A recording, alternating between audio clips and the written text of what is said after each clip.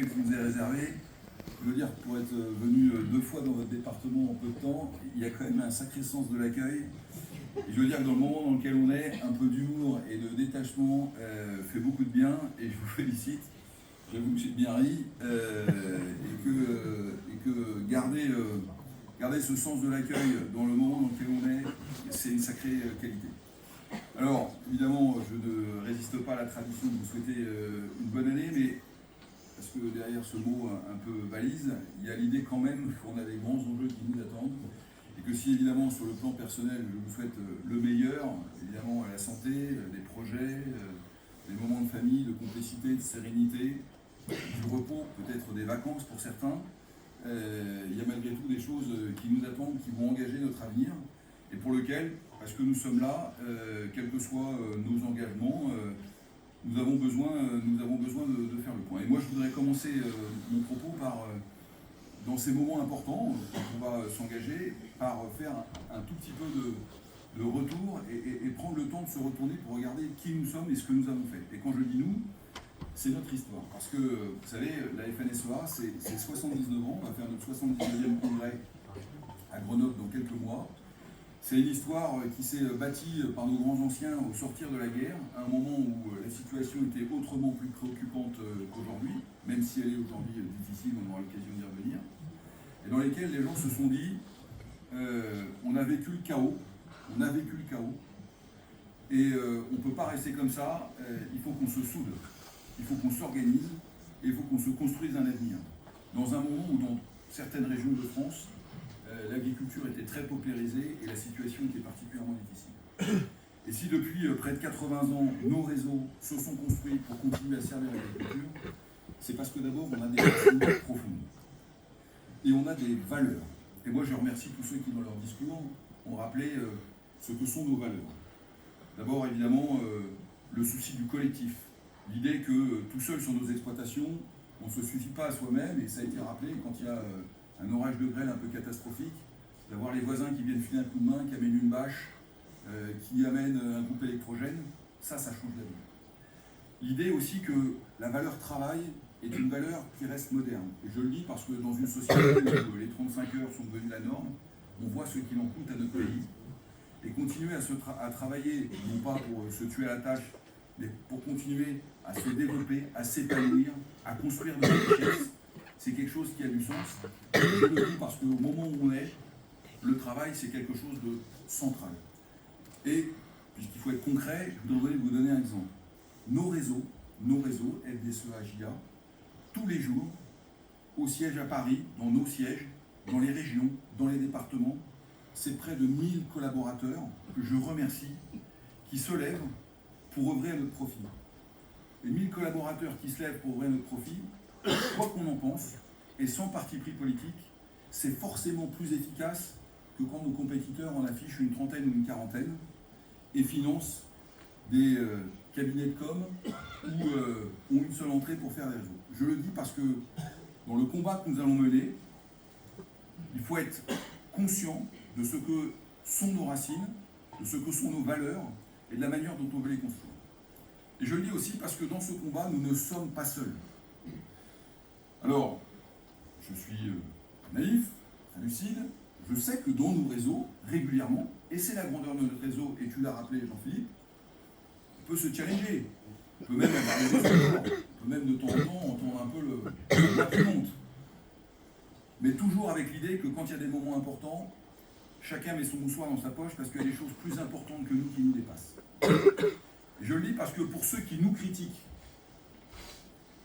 il y a toujours de la place pour les gens qui veulent bosser. Il y a toujours de la place pour les gens qui veulent s'engager. Mais avec nos valeurs. Avec l'idée que pour avancer, il faut construire des consensus. Parce que claquer du bec, ça ne suffit pas pour construire un avenir. Parce qu'autour de nous, tout le monde n'a pas le même avis. Parce que vous voyez bien dans la société française, il y a des gens qui n'imaginent pas cet avenir pour l'agriculture. À Bruxelles, il y a des gens qui verraient bien une autre manière de faire de l'agriculture. Il y a même des gens qui pensent qu'il suffirait d'emménager le paysage et d'importer l'agriculture d'ailleurs pour que ça se passe. Et donc, le combat, il n'est pas à mener entre nous, il est mené sur nos valeurs face aux autres. Et je le dis parce que dans le moment dans lequel on a des alliés, d'abord dans les outils économiques. Moi je voudrais le dire, quand j'entends quelqu'un qui habite pas loin d'ici, expliquait que les filières, ça sert à rien. Que les structures dans lesquelles on a des collaborateurs qui travaillent notre profit, c'est l'espèce de mammouth avec des gens et qu'il suffirait de dégraisser parce que on va y aller en direct. Ben oui, la viande directe, c'est un créneau qu'il faut exploiter, mais ça ne suffit pas. Tout le vin qui est produit dans ce département, il a quand même besoin d'un certain nombre de débouchés. Toutes les productions de ce département ne peuvent pas être consommées dans ce département, et c'est vrai partout. Et donc on a besoin d'outils. Et je le dis parce qu'il y a ce sentiment que tout ça, ça serait une espèce d'écosystème. Vous voyez, il répète à qui veut l'entendre, le système. Mais le système, c'est notre avenir. C'est des hommes et des femmes qui acceptent un moment de s'engager dans une CUMA, dans une coopérative, dans un GDS, dans une Fredon, que sais-je, dans le syndicalisme évidemment, qu'ils soient jeunes ou aînés, dans une chambre d'agriculture. Des gens qui acceptent de donner du camp au collectif à un moment où tout le monde a affaire sur son exploitation, mais où ceux qui le font comprennent que l'enjeu collectif nous dépasse et qu'il y a un moment, pour relever les challenges, il ne suffit pas de commenter, il faut faire. Et nous, nos réseaux, c'est des gens qui ont envie de faire. Et je vous prie de croire, que de mon poste d'observation, je vous confirme, l'agriculture française, elle est très différente. Et que d'un département à l'autre, vous pouvez avoir des problématiques qui sont très différentes. Et que même dans ce département, en fonction de si vous êtes viticulteur, éleveur, producteur de grandes cultures, si vous êtes producteur de noix, vous avez des problématiques au quotidien qui peuvent être différentes. Et pourtant, nous avons des combats qu'on a à mener. Et donc l'idée de considérer que ce serait la faute du voisin, c'est quelque chose qui, moi, m'interpelle. Puis après, il y a des projets politiques, donc ça, je parlais évidemment de la coordination rurale, puis après, il y a des projets politiques qui sont différents. Je m'empresse de dire que si nous avons des alliés, c'est important aussi de comprendre ce que nos compétiteurs, nos adversaires, moi je ne dis pas nos ennemis, nos adversaires, dans le moment d'une élection, proposent. C'est assez simple. Vous avez d'un côté la Confédération paysanne, qui a un problème avec l'économie de marché et qui explique que demain, ce seront des prix administrés. Ben, comme toi, nous on a essayé, je me rappelle, c'était Xavier Belin, les prix administrés pour la crise du port de 2014. Ça a duré 2 mois, c'était une catastrophe économique, personne ne voulait payer. Et puis tout le monde a compris qu'à un moment, quand les prix administrés étaient engagés, eh ben, ça ne tenait pas, parce qu'il y a des marchés, il y a des choses qui existent autour de nous, on ne vit pas sur une île. Bon. Et que tous ceux qui ont essayé des prix administrés ou des prix planchers ou des prix je ne sais pas quoi, bah, c'est une forme de soviétisation de l'économie et que ça ne dure jamais très longtemps. Demandez à ceux qui ont essayé, en général, ça finit jamais très bien. Je le dis aussi parce qu'on est parfois qui essaie d'être libéraux sur le plan économique. Non, en agriculture, il n'y a pas de place pour le libéralisme. On est obligé de réguler les productions. Et nous, comme on est depuis le départ, on est des gens équilibrés qui regardons les choses en face. Le marché, sans garde-fou, ça ne tient pas. Et c'est pour ça qu'on a construit les EGalim. C'est pour ça qu'on considère qu'aujourd'hui, l'Europe ne remplit pas son rôle. Et que de laisser rentrer des produits qui ne respectent ni nos normes, ni nos standards dans une compétition qui est déséquilibrée, ça n'est pas tenable.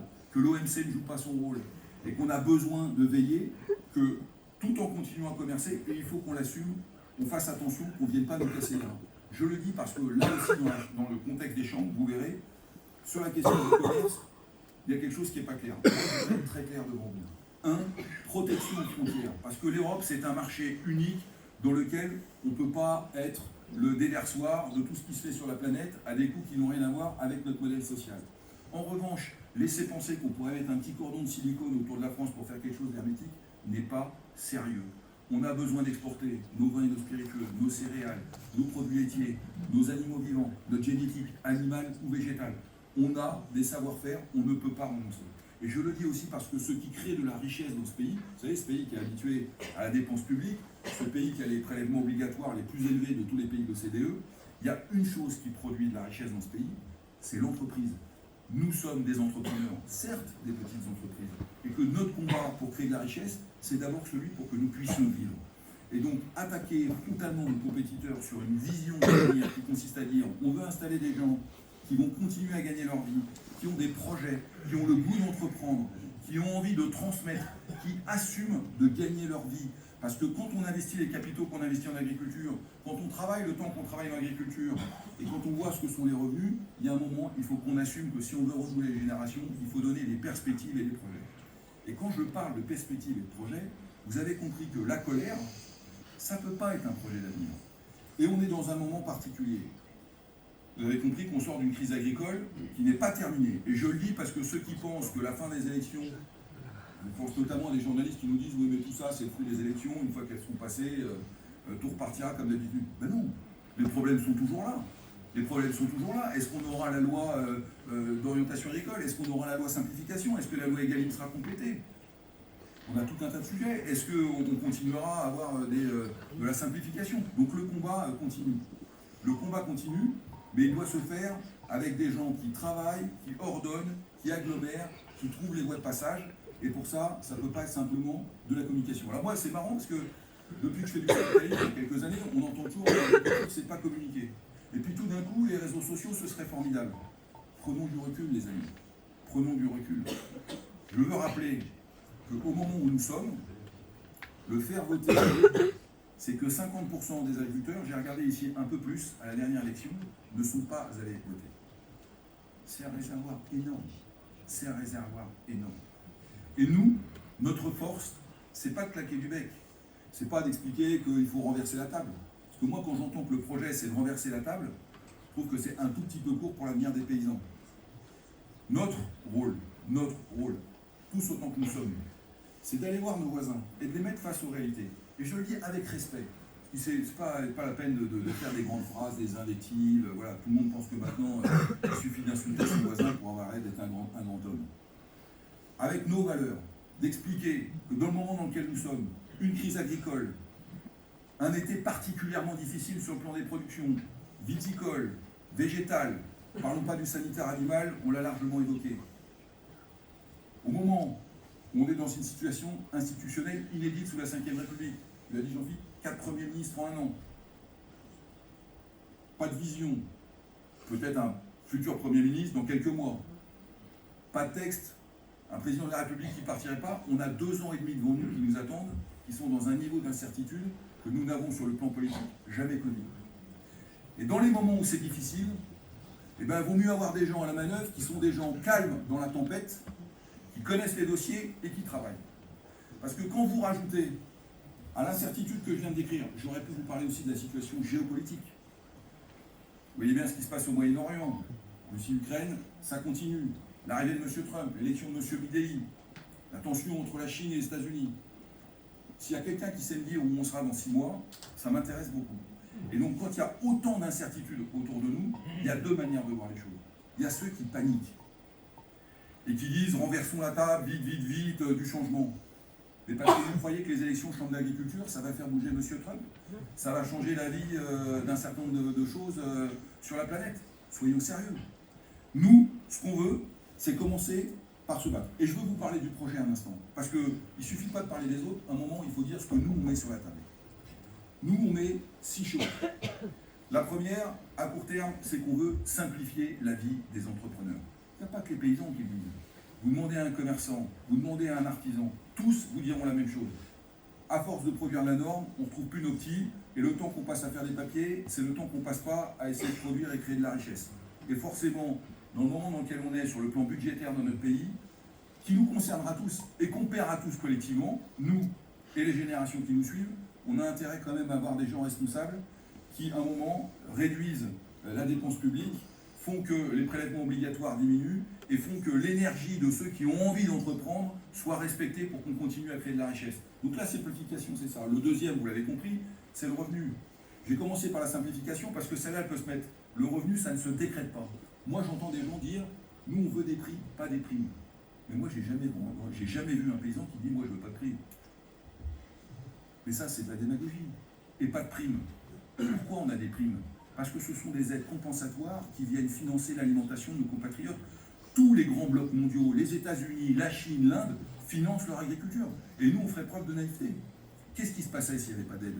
Eh bien, je vais vous le dire, soit le coût de l'alimentation s'élève très rapidement pour qu'on puisse vivre, soit il n'y a plus d'agriculture. C'est assez simple. Les Américains, ne vous gênez pas, hein. Les food stamps, c'est 12 milliards de dollars. Donc, il faut arrêter de faire la leçon, il faut faire de la réelle politique, il faut être lucide. Pour ça, il faut des revenus. L'agriculteur, sur sa ferme, c'est un entrepreneur. Et vous racontez l'histoire que vous voulez, si à la fin du mois, à la fin de l'année, le compte de résultat c'est moins, ça ne dure pas des années. Ça peut durer une année, parfois 2, mais les gens qui m'ont expliqué que depuis 20 ans, ils sont avec des comptes de résultats négatifs, je suis désolé, ça n'existe pas. Ça n'existe pas. Et donc on a besoin de comptes de résultats positifs. parce qu'on a besoin de financer nos investissements, on a besoin d'avoir des projets, on a besoin de vivre évidemment comme n'importe quel Français qui perçoit un salaire, sauf que nous, on a toute l'incertitude du chef d'entreprise, on a tous les risques. Et ça, moi je trouve ça éminemment respectable, et on continuera à se battre pour faire en sorte que le revenu soit assez central. Et tu as bien fait de dire, Jean-Philippe, le revenu. Parce que le revenu, c'est quoi? Le revenu, c'est certes du prix, mais parfois vous pouvez avoir du prix et rien à vendre. Ça vous fait une belle jambe. C'est du volume. Et moi, je réaffirme, la FNSEA, grand syndicat productiviste, vous savez, les vieilles lanternes, que continuer à produire dans ce pays, c'est un devoir. Et que quand on voit ce qu'est la réalité de l'outil productif agricole, avec tout ce qu'on a perdu depuis des années, continuer à produire, c'est notre devoir. Et ceux qui ne comprennent pas ça au plan politique le paieront cher. On a abandonné notre industrie il y a 30 ans. Regardons aujourd'hui ce que ça nous coûte en termes d'indépendance et de souveraineté. Et donc c'est maintenant qu'il faut agir pour continuer à produire. Donc il nous faut du prix, il nous faut du volume, il faut qu'on maîtrise les charges. Et ça veut dire aussi, pour maîtriser les charges, qu'on regarde les sujets d'indépendance. Alors les charges, on peut en parler pendant des années. Évidemment, les charges énergétiques, le GNR, le gaz, mais reconnaissons que l'agriculture a progressé sur la production d'énergie renouvelable. On pourrait parler du machinisme agricole, qui est en train en ce moment de vivre une augmentation inédite sur lequel on voudrait bien qu'un certain nombre de députés se mobilisent, notamment pour regarder les questions autour de l'augmentation du coût du machinisme. Tous les sujets qui nous concernent en termes de maîtrise des charges, on pourrait parler des engrais, on pourrait parler de tout ce que nous achetons sur nos, y compris les charges incompressibles, l'assurance. Enfin. Donc le sujet des charges est un sujet. Puis le quatrième sujet, c'est le sujet des politiques publiques. Comment on fait pour continuer à avoir des politiques publiques qui soient raisonnables, comprises de nos compatriotes et qui nous accompagnent et qui nous orientent. Et je ne m'échappe pas sur la question des zones intermédiaires. Je sais très bien qu'ici, comme dans un certain nombre d'endroits en France, on dit bah, il y a une problématique zone intermédiaire. Mais là aussi, le premier challenge, ce sera quoi? Et ça m'amène à mon troisième point. Ça sera de négocier au niveau européen un budget. Parce qu'on peut raconter l'histoire qu'on veut, mais il n'y a pas d'argent magique. S'il n'y a pas de budget à Bruxelles et que la négociation des chefs d'État et de gouvernement ne nous permet pas d'avoir un budget pour la PAC, alors après on pourra s'écharper pour dire Pierre, Paul ou Jacques en a trop. Comment il faut en prendre un tel ou comment il faut en prendre un tel. Mais le discours de la responsabilité, c'est d'abord de dire il faut se battre à Bruxelles pour expliquer pourquoi, sur la souveraineté alimentaire, à un moment où on importe massivement d'Ukraine, parce qu'on parle beaucoup du Brésil et du Mercosur, mais l'Ukraine me préoccupe beaucoup, comment on fait pour avoir un budget à la hauteur de l'ambition des États membres et singulièrement de notre pays. Et à ces conditions-là, comment on fera en zone intermédiaire pour essayer de redonner du jus avec les politiques publiques, mais avec l'écosystème économique, parce que tout ne viendra pas des aides publiques. Ne laissons pas croire aux agriculteurs que demain, ils pourront développer avec seulement des aides publiques. Ça n'est pas sérieux. Il y aura besoin de filières, il y aura besoin de création de valeur. Mais pour ça, il nous faut, c'est mon quatrième point, des moyens de production. Vous avez parlé de l'eau. Merci Eric. Et je veux saluer devant ceux de chez toi le travail que tu fais au niveau national. Bien sûr qu'on a besoin de stocker de l'eau. Je crois que sur ce point, sur le plan politique, entre ce que dit la Confédération paysanne et ce que dit la FNSEA et l'EGIA, il y a une différence. Eh bien écoutez, les agriculteurs apprécieront. Chacun doit savoir pour ce qui nous concerne, on veut continuer à stocker de l'eau parce que ça a été dit, et ce n'est pas la dernière année qui va nous démentir, quand on voit ce qu'il est tombé partout en France, à quelques exceptions près, on aurait pu en stocker des quantités pour un certain temps. Et je le dis, de l'eau pour l'agriculture, mais on peut parler de multi-usage. Quand demain on va avoir besoin de se repencher sur des centrales nucléaires, je pense à Golfech, pas très loin d'ici, il faudra de l'eau. Hein. Il faudra de l'eau aussi pour éteindre les incendies, parce que là où il n'y aura plus d'agriculture, où il y aura de la forêt qui continuera et de la broussaille, vous savez comment ça se termine, hein. Moi je vous le signe tout de suite. Hein. Bon. Donc il faudra qu'on soit lucide, il faudra des phytos. La FNSEA, grand syndicat de pollueurs, tout ça c'est sympa. Mais moi, on est dans le pays, en France, où la consommation d'anxiolytiques et d'antidépresseurs est la plus importante en Europe. Donc les donneurs de leçons, ça va. Hein. Nous, on n'en utilise pas pour le plaisir.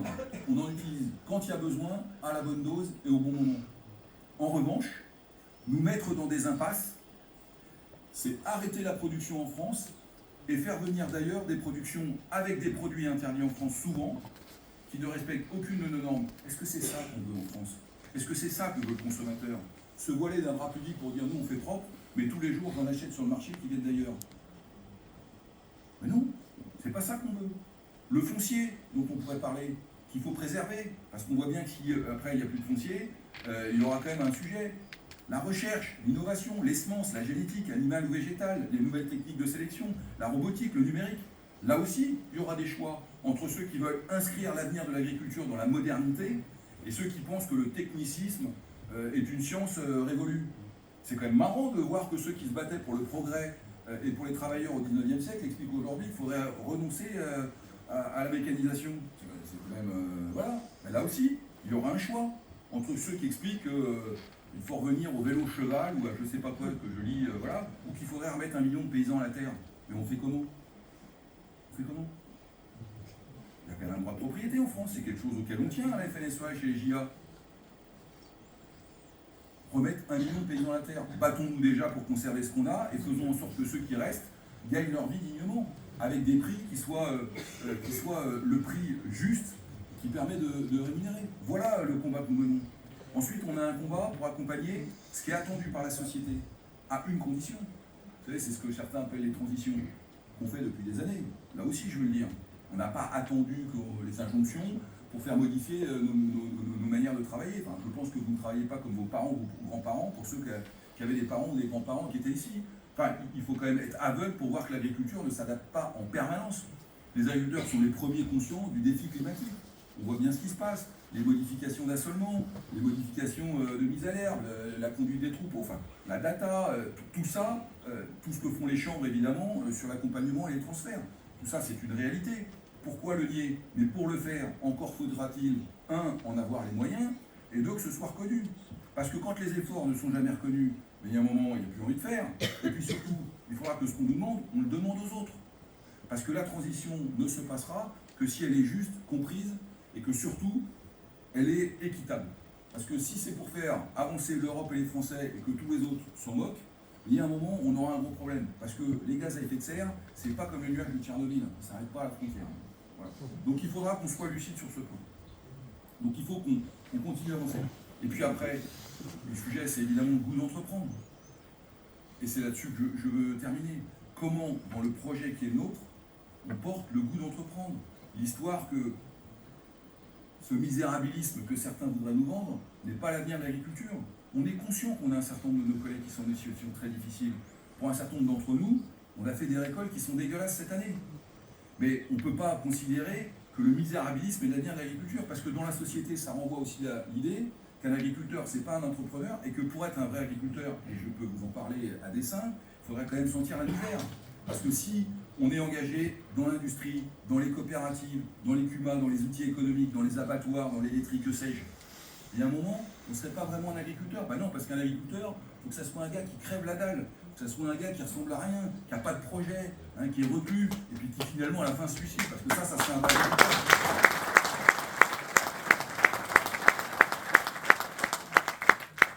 Il y a de la détresse dans le monde agricole, et il faut la regarder en face. Mais il y a aussi des gens qui ont des projets. Et c'est comme dans une famille. Quand il y a des gens de la famille qui ne vont pas bien, il faut faire attention à eux. Mais il faut faire aussi attention que tout le reste de la famille ne s'arrête pas dans ses projets. C'est notre responsabilité. Alors maintenant, on est arrivé au pied du mur. Le boulot, il a été fait. Et il faut se retourner. Et il y a des bilans. Et ils ont été rappelés. Qu'est-ce qui a été fait ici depuis 6 ans? Qu'est-ce qui a été porté? Qui est à la manœuvre? Qui bosse? Et puis qui on voit depuis 6 mois? Donc, le bilan, il est là. Maintenant, c'est militaire. Il faut faire voter. Et nous, on a un avantage que personne d'autre n'a, c'est qu'on a un réseau. Parce que d'envoyer un tweet, parce que d'ouvrir sa bouche toute la journée, ça ne fait pas un réseau. Parce qu'aujourd'hui, voir arriver tous les Frexiteurs, la 5e colonne, les climato-sceptiques, enfin tout le... C'est pas ça qui fait un réseau. Ce qui fait un réseau, c'est le fait que tous autant que vous êtes, pour autant que vous ayez des convictions, et que vous ayez envie de les assumer, ce qui n'est pas toujours facile, vous puissiez aller voir les gens que vous croisez tous les jours. Vos collègues, ceux que vous voyez à la CUMA, dans le groupe d'ensilage, à la COP, peu importe, ceux que vous croisez, pour leur dire, le rendez-vous c'est maintenant. Dans un moment qui est difficile, dans un moment qui est particulièrement difficile. Et dans les moments difficiles, où on dit, on change de cheval sans jamais l'avoir vu courir, ou alors on dit, il y en a un qui est robuste, qui est costaud, qui peut-être parfois commet des erreurs, mais en tous les cas, qui a envie d'aller au bout de la course. Et ça dépend que de vous. Et donc, les courriers vont arriver dans les cours de ferme en Dordogne vers le 14-15, 13-14. Donc le 13-14,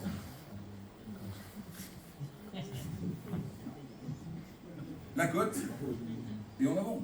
Et je vous le dis, il n'y a que comme ça. Il faut d'abord qu'on fasse voter tous nos sympathisants et militants, tous, parce qu'il y a des endroits, et moi je vous rapporte ce qui m'a été dit dans la Vienne la dernière fois, c'est pas les autres qui ont gagné la chambre, hein. C'est nous qui l'avons perdu.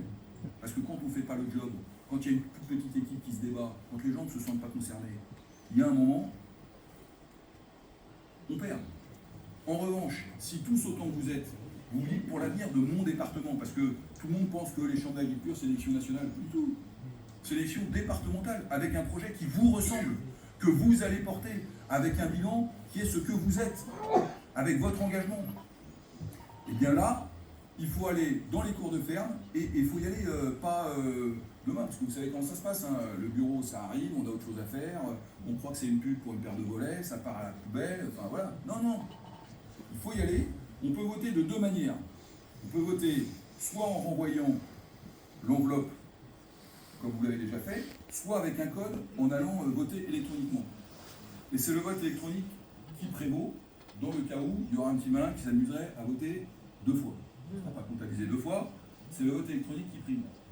Donc le plus simple, c'est d'y aller, et puis c'est de dire aux gens, écoutez, donnez le code, on va le faire ensemble, si vous avez envie de nous soutenir, et on le fait. Évidemment, dans le respect des personnes, comme toujours à la FNSEA et chez les JA, mais il faut y aller. Et si on est timide, si on dit « Ah ben non, j'ose pas lui parler de ça », mais c'est de notre métier dont on parle. Mais moi, je ne vous demande pas de faire un grand discours, juste de parler avec vos tripes, de la manière dont vous avez envie d'envisager votre avenir, pour vous, pour ceux qui vont vous suivre. Et si on fait ça, alors on gagnera. Je n'ai aucun doute, aucun doute. Pour avoir discuté avec un certain nombre d'entre vous, je vois que espèce d'entrain animé par les médias, par des mecs, encore une fois, qui ont des bouches grandes ouvertes, peut vous faire douter. Ne doutez pas, les amis, ne doutez pas. Vous savez, c'est comme en France, hein. Les silencieux, ceux qui ne font pas de bruit, c'est des gens qui sont en train d'observer la proposition qui est devant eux. Mais à un moment, il faut faire preuve de conviction. Et si au lieu d'avoir 47% de votants et 53% d'actionnistes, vous allez chercher, allez, par canton, il y a quoi, 25 cantons dans ce département? Bon. Vous allez chercher 5 voix, 6 voix. Au bout, ça fait 150 voix. Et 150 voix, il y a quoi? Il y a 4000 paysans, 5000. On va avoir 60% de votants si on se mobilise bien. Donc il va y avoir 3000 votants, 150 voix, c'est 5%. 5%. En allant chercher, voilà. Et moi je vous le dis, hein, ça ne va pas jouer avec des écarts, voilà, ça va pas être, on est lucide, hein. Il faut y aller, hein. Voilà. Et là, je peux vous dire que tous les responsables nationaux qu'on est, nous on va faire le bon, on va aller voter comme n'importe quel d'entre vous, mais pour le reste, c'est vous qui choisissez votre avenir, hein. C'est les paysans de ce département qui choisissent leur avenir, personne d'autre, hein. Voilà. Avec un bilan dont vous pouvez être légitimement fier, avec une énergie, je vous le dis, moi j'en fais des départements tous les jours, ici, je vois qu'il y a à gauche, j'ai échappé à la déose, mais sinon, mais sinon allez-y, quoi. Voilà.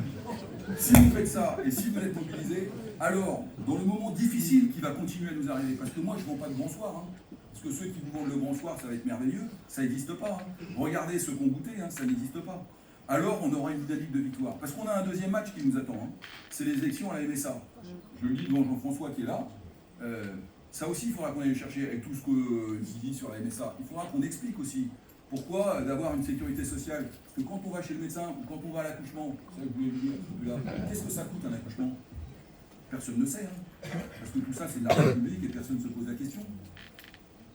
Et là aussi, il va falloir revenir aux fondamentaux. Hein. Il va falloir qu'on prenne de la lucidité. Notre MSA, si on ne la challenge pas, parce qu'il y a des choses qui doivent être améliorées, mais qu'en même temps on pense que l'herbe est toujours plus verte chez les autres, demandez à ceux qui sont régime général, hein. Demandez à ceux qui sont commerçants, artisans, qui n'ont pas de guichet unique, comment ça se passe.